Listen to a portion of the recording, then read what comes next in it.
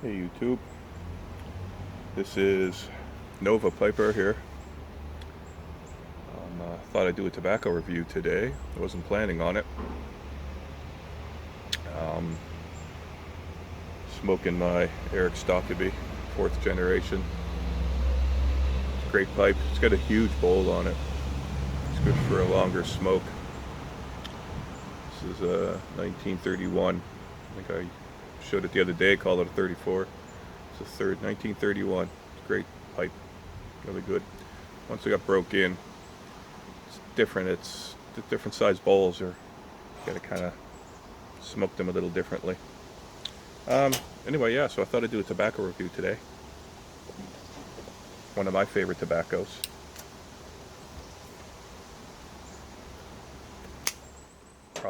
Probably been on my top 5 forever. Well, not forever, but since I really got back into it for the last couple of years.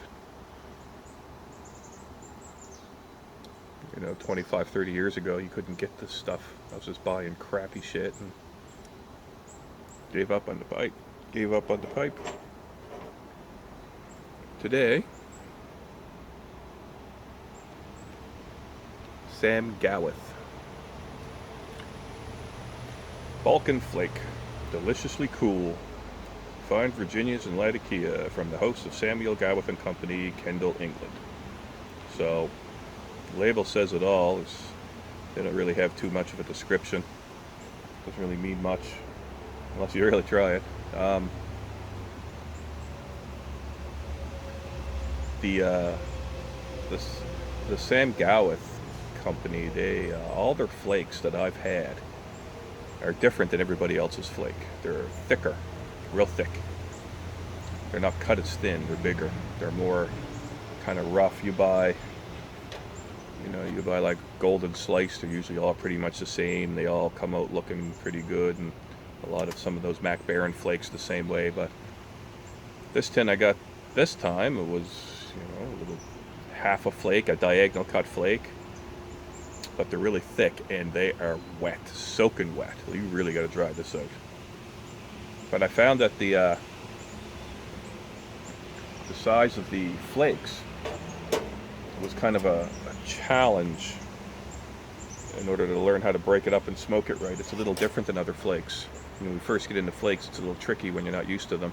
And once you get the hang of them, hey, that's great. But I also find flakes, smoke differently in different pipes. All tobacco does, but flakes are a little bit more unforgiving. I know a lot of guys out there, nothing to it. There's not. It's not really. It's just a little different on how you pack them and how you prepare your tobacco. Some guys like to break the flake up before they smoke the pipe. Some guys like to break the whole tin up, put it back in the jar or put it back in the can or whatever. But yeah, it's pretty wet, and you got to really dry the shit out. And I've tried everything. I've done some cube cuts, so I cross cut the grain with scissors.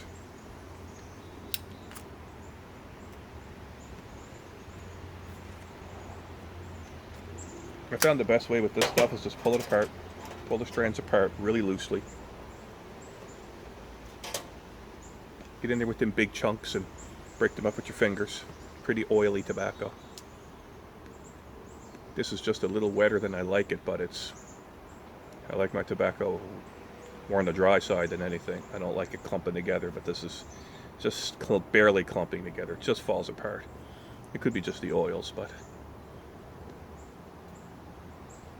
anyway, it's the tobacco. I just lit it up not too long ago, and the tin note is pretty. Of course, you smell the Latakia, but Latakia is, you can get different aromas, not just from the Latakia, but the other ingredients. This being Virginia Latakia, I still call it an English blend. I don't care this Balkan stuff or whatever. English Balkan, it's all the same. Some people will say, oh, it has to have Turkish Oriental in it. That's not a real true Balkan because it's just Latakia. Latakia in Virginia, but Latakia is Turkish Oriental tobacco anyway, so it's just the marketing. It's all in the marketing. It's all in the name. It makes no difference.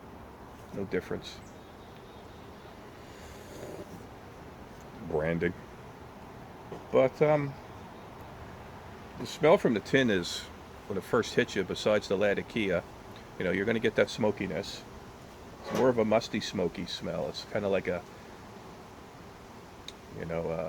having a fire and then, after the rain or something, you having a campfire and then it rained that night, and the next day your fire, if you try to light the fire, or if the fire's still smoldering, it's a little bit more of a musty, smoky smell to it. But what really hits me in the face is leather. Leather.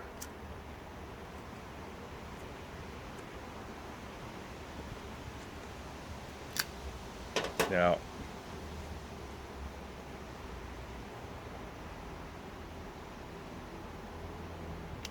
it's not I wouldn't call it a strong tobacco. It's full flavored. It's got a great flavor. It's full flavored. Doesn't really burn the nose on the exhale. The retrohale, I'm not inhaling this. I don't think that you should inhale pipe tobacco at all. If you're going to inhale, smoke cigarettes or them vapes or something, but inhaling a cigar or inhaling pipe tobacco, I don't know. It's the same as like wine. I don't drink anymore, but I wasn't a wine guy. I was a beer guy, but I like my beer. But wine, some people go, oh, this is a beautiful bottle of wine. I had a friend, we used to go get drunk, and we'd come back with try to pick up some women, and we'd go back to his place, and he tried to, pick out a good bottle of wine for my collection there, and I'd go over and I'd be pretending I'm reading the labels, and I'd come over with one. But what I was doing is I was looking for the one with the most alcohol in it, right? This is a great wine. Well, what makes that one better than that? Well, it's got the most alcohol in it. So if you're going to inhale pipe tobacco, smoke cigarettes. Savor it.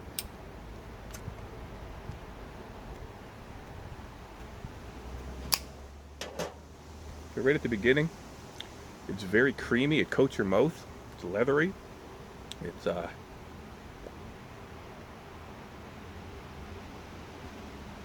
slow smoke. You can't expect to burn it fast. It smolders really slow. The size of the tobacco may have something to do with it. The tobacco's really dark brown.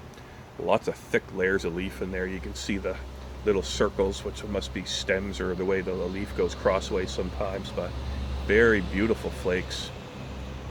They're very dark brown, almost. They're not black, but very, very dark brown.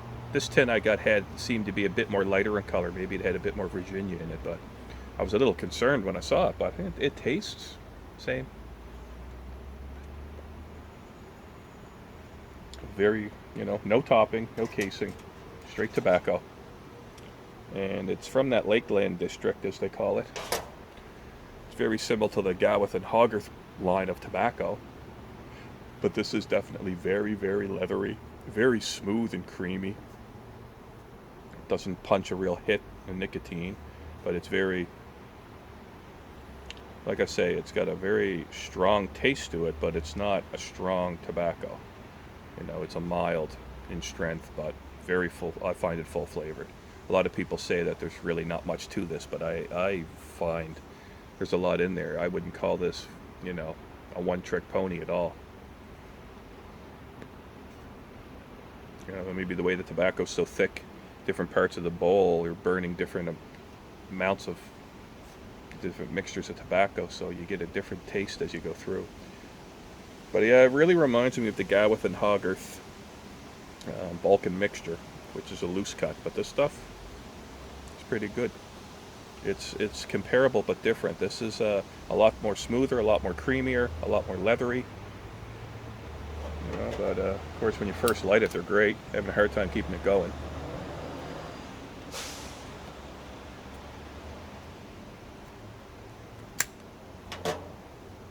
I find that about all the Sam Gawith flakes, though. They're hard to get going. Not just this stuff. I'm going to stop here, and then I'm going to come back when I'm about maybe halfway, a little bit past halfway, see how the flavors change, see if it stays consistent. Okay, so I'm probably just over halfway, maybe 2/3 into it.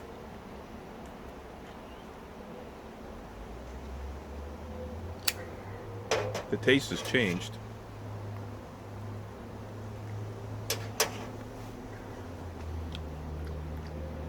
It's not as leathery. The sweetness of the Virginias is starting to come in. Now, a lot of people will call this a heavy Latakia blend, and I like a heavy Latakia blend, so I'm a little desensitized to it. And I should mention that it's, you know, the number one thing that you taste in this is Latakia. Believe me. However,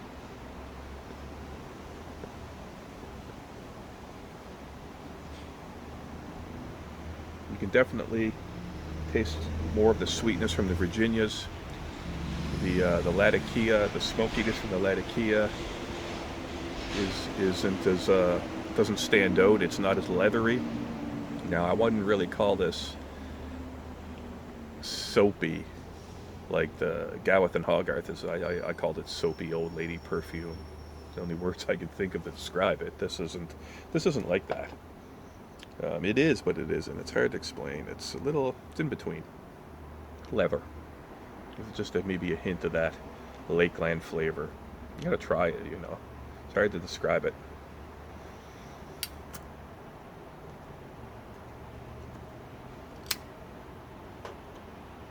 It's become a bit more. It's not as mild. The creaminess has gone away a little bit, or the coolness has gone away a little bit. It's still creamy. It's still got a nice thick white smoke. You definitely have to smoke this stuff slow.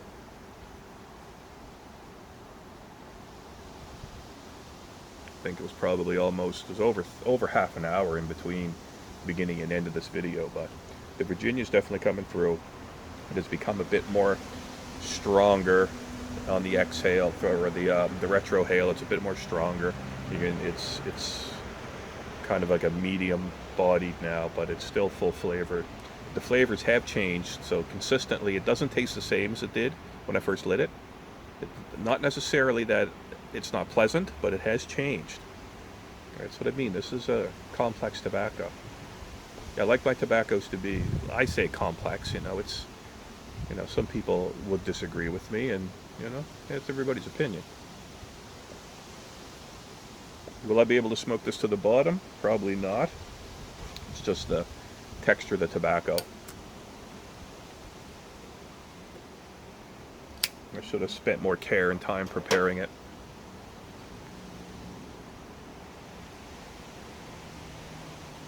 You can see it's still a challenge to get a little coal going in there. It's a good tobacco to let go out. Let it go out, relight it. Let go out, relight it.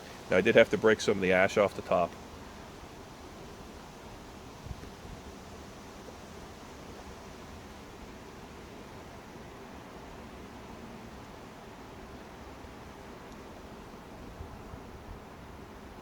Yeah, it's definitely a different flavor on the inside of your mouth, but it's peppery is the best way I can describe it.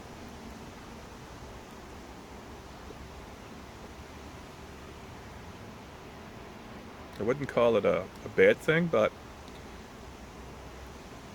the thing about this tobacco is it tastes so goddamn awesome in the beginning that I expect to get that flavor at the end, which you don't. It doesn't have a consistent flavor. Now, maybe that's me. I'm gonna try different packing methods and stuff like that, and let's see what I come up with. But, you know, still I gotta say it's a good tobacco. I'll keep buying it. Alright guys, thanks for watching.